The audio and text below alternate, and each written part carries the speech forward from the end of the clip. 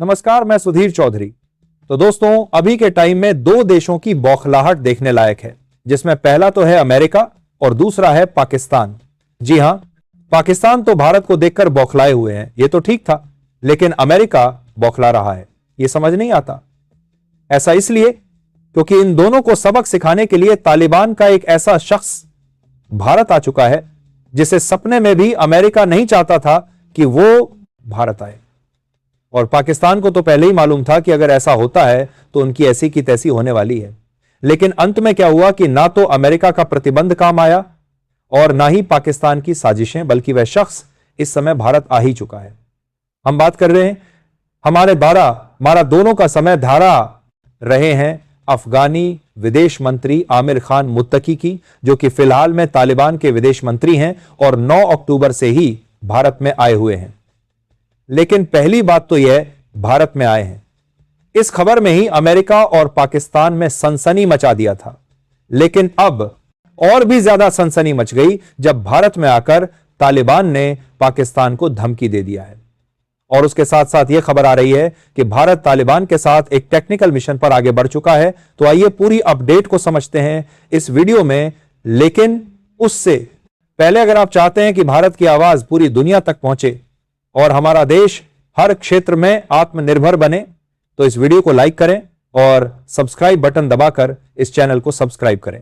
दोस्तों, यह कोई साधारण घटना नहीं है, बल्कि यह इतिहास बदलने वाला पल है।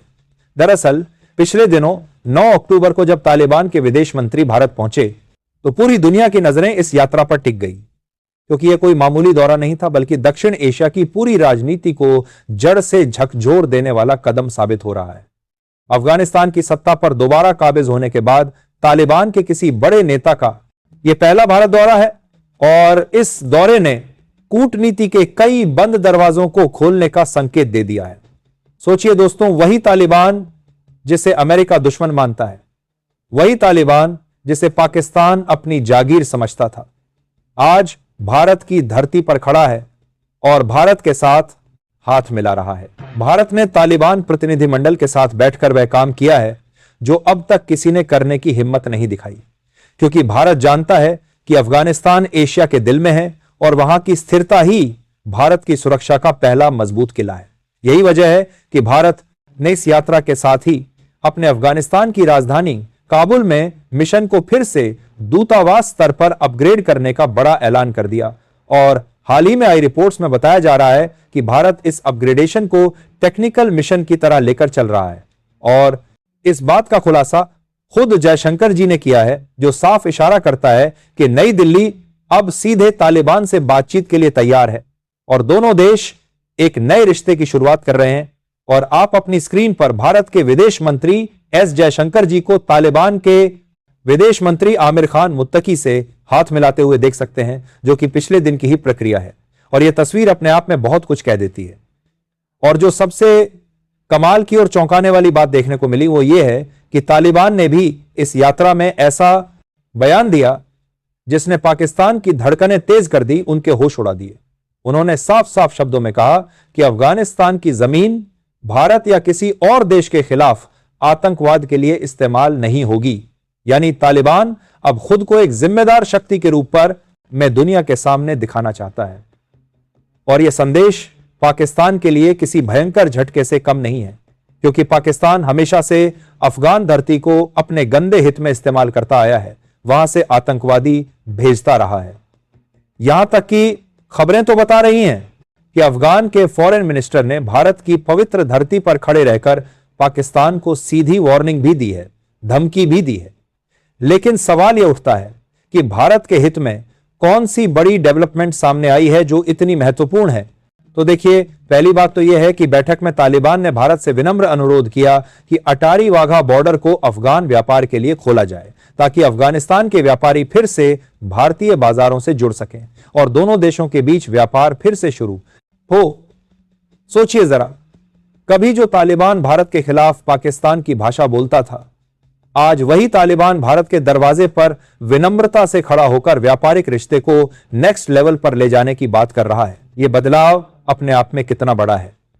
भारत ने भी बहुत समझदारी से साफ कर दिया कि हम तालिबान सरकार को औपचारिक मान्यता भले अभी ना दें, लेकिन मानवीय और आर्थिक सहयोग के सभी रास्ते खुले रखेंगे, क्योंकि अफगान जनता हमारे दोस्त हैं। इसके अलावा भारत ने अफगानिस्तान में शिक्षा, स्वास्थ्य, बुनियादी ढांचा और माइनिंग जैसे महत्वपूर्ण क्षेत्रों में इन्वेस्टमेंट बढ़ाने की बात कही है, क्योंकि भारत अच्छी तरह जानता है कि मदद के जरिए ही भरोसा बनाया जाता है और भरोसे के जरिए ही स्थिरता और शांति आती है। चाबहार, बंदरगाह और मध्य एशियाई संपर्क गलियारे पर भी गंभीर बातचीत हुई, जिससे भारत अफगानिस्तान को पाकिस्तान के रास्ते पर निर्भर रहने से बचा सके। इस कदम का गहरा मतलब है कि भारत अब सीधे अफगानिस्तान तक पहुंचने की मजबूत योजना पर काम कर रहा है, ताकि पाकिस्तान की भौगोलिक ब्लॉकेज को तोड़ा जा सके। अफगान व्यापारियों ने भी इस यात्रा के बाद उम्मीद जताई है कि मेडिकल वीजा और व्यापारिक परमिट फिर से खुलेंगे और भारतीय दवाइयों व वस्तुओं की सप्लाई अफगानिस्तान में तेजी से चालू होगी। यह वही पुराना रिश्ता है जो कभी दोनों देशों के बीच सांस्कृतिक और आर्थिक सेतु के रूप में मजबूती से मौजूद था। लेकिन इस बार भारत सबसे पहले अपनी रणनीति और शानदार कूटनीति का इस्तेमाल करते हुए तालिबान को अपने साथ लेकर खड़ा है और तालिबान को पाकिस्तान के गंदे प्रभाव में नहीं जाने दिया। ऐसे में आप जरा सोचिए, इस पूरी प्रक्रिया में सबसे ज्यादा परेशान और बौखलाया हुआ कौन है? तो पहला नाम तो पाकिस्तान का ही आता है, क्योंकि तालिबान को उसने अपने कब्जे में अपनी जागीर समझ रखा था। पर अब तालिबान की यह भारत झुकाव वाली नीति पाकिस्तान के लिए भयंकर सिरदर्द बन चुकी है। पाकिस्तान के सुरक्षा गलियारों में यह डर खुलकर चर्चा में है कि अगर भारत अफगानिस्तान में अपनी जड़ें गहरी जमा लेता है तो पाकिस्तान का रणनीतिक महत्व पूरी तरह खत्म हो जाएगा। और पाकिस्तान किस तरीके से बौखलाया हुआ है, इसका अंदाजा आप इसी बात से लगा सकते हैं कि जब हाल ही में जिस दिन तालिबान के विदेश मंत्री भारत आए, उसी दिन अफगानिस्तान की धरती पर एक बड़ा और खतरनाक विस्फोट हुआ। और खबरें साफ बता रही हैं कि यह घिनौना काम किसी और ने नहीं बल्कि खुद पाकिस्तान ने बौखलाहट में आकर किया, और इसका सीधा आरोप पाकिस्तान पर लगाया गया है, जो कि भारत से संपर्क बढ़ाने की कोशिश के दौरान हुआ। वहीं अमेरिका भी इस पूरे घटनाक्रम को गहरी चिंता और बेचैनी से देख रहा है, क्योंकि अमेरिका बिल्कुल नहीं चाहता कि अफगानिस्तान में भारत या किसी और एशियाई शक्ति का प्रभाव बढ़े। लेकिन तालिबान का भारत के प्रति सकारात्मक रुख यह साफ दिखा रहा है कि अफगानिस्तान अब पश्चिमी दबाव और धमकियों से बाहर निकलकर अपने रास्ते खुद चुनना चाहता है। भारत तालिबान के साथ जुड़कर एक बहुत सोची समझी और दूरदर्शी रणनीति पर काम कर रहा है। एक तरफ हम मानवीय सहायता के बहाने अफगानिस्तान में सॉफ्ट पावर बढ़ा रहे हैं, तो दूसरी तरफ पाकिस्तान की मोनोपोली को खत्म करने की दिशा में भी मजबूत कदम बढ़ाया जा रहा है, क्योंकि भारत समझ चुका है कि अफगानिस्तान को दूर रखकर दक्षिण एशिया में स्थिरता और शांति की बात नहीं की जा सकती। तालिबान की यह यात्रा केवल राजनयिक नहीं बल्कि बेहद प्रतीकात्मक भी है, जो यह दिखाती है कि तालिबान अब खुद को सिर्फ धार्मिक शासन नहीं बल्कि एक जिम्मेदार राज्य के रूप में पेश करना चाहता है, जो दुनिया से संवाद और बातचीत के लिए तैयार है। और भारत को इस बदलाव की कड़ी सबसे पहले पकड़ने में शानदार सफलता मिल रही है। इस बीच पाकिस्तान में बौखलाहट इतनी बढ़ गई है कि वहां के मीडिया चैनल्स लगातार परेशान होकर सवाल उठा रहे हैं कि आखिर तालिबान को भारत जाने की जरूरत क्या थी, जबकि तालिबान ने इस सवाल का जवाब बहुत सटीकता और सफाई से दिया कि भारत अफगान जनता की मदद करने वाला सच्चा दोस्त देश है, ना कि किसी का दुश्मन। यह बयान पाकिस्तान की गंदी नीतियों पर सीधा और जोरदार तमाचा था। अमेरिका के लिए यह यात्रा इसलिए भी बड़ा झटका है क्योंकि उसे गहरा डर है कि भारत और तालिबान के नजदीकी संबंध अफगानिस्तान में उसकी भविष्य की किसी भी रणनीति को कमजोर कर सकते हैं। यही वजह है कि अमेरिकी थिंक टैंक्स अब खुलेआम और बेबाकी से कह रहे हैं कि दक्षिण एशिया की नई धुरी भारत और बेबाकी तालिबान के बीच बनती साफ दिख रही है। अमेरिका किस तरीके से बौखलाया हुआ है, उसका सबूत न्यूयॉर्क टाइम्स द्वारा छापी गई रिपोर्ट है, जिसमें साफ कहा गया था कि तालिबान टाइजेड with India while accusing Pakistan और बॉम्बिंग ऑफ अफगानिस्तान।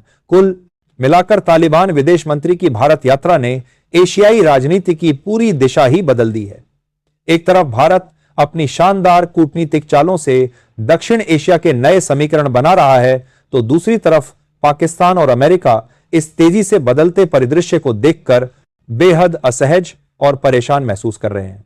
फिलहाल इस समय अभी भी $890 मिलियन का व्यापार भारत और अफगानिस्तान के बीच प्रतिवर्ष के हिसाब से हो रहा है और अब 4 साल बाद जब फिर से भारत की एम्बेसी अफगानिस्तान में रीओपन हो रही है तो पूरा माहौल बदलने वाला है, नया अध्याय शुरू होने वाला है।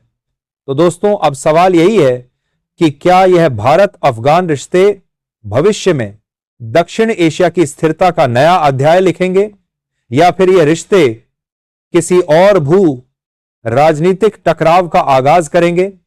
अपनी राय कमेंट में जरूर बताएं।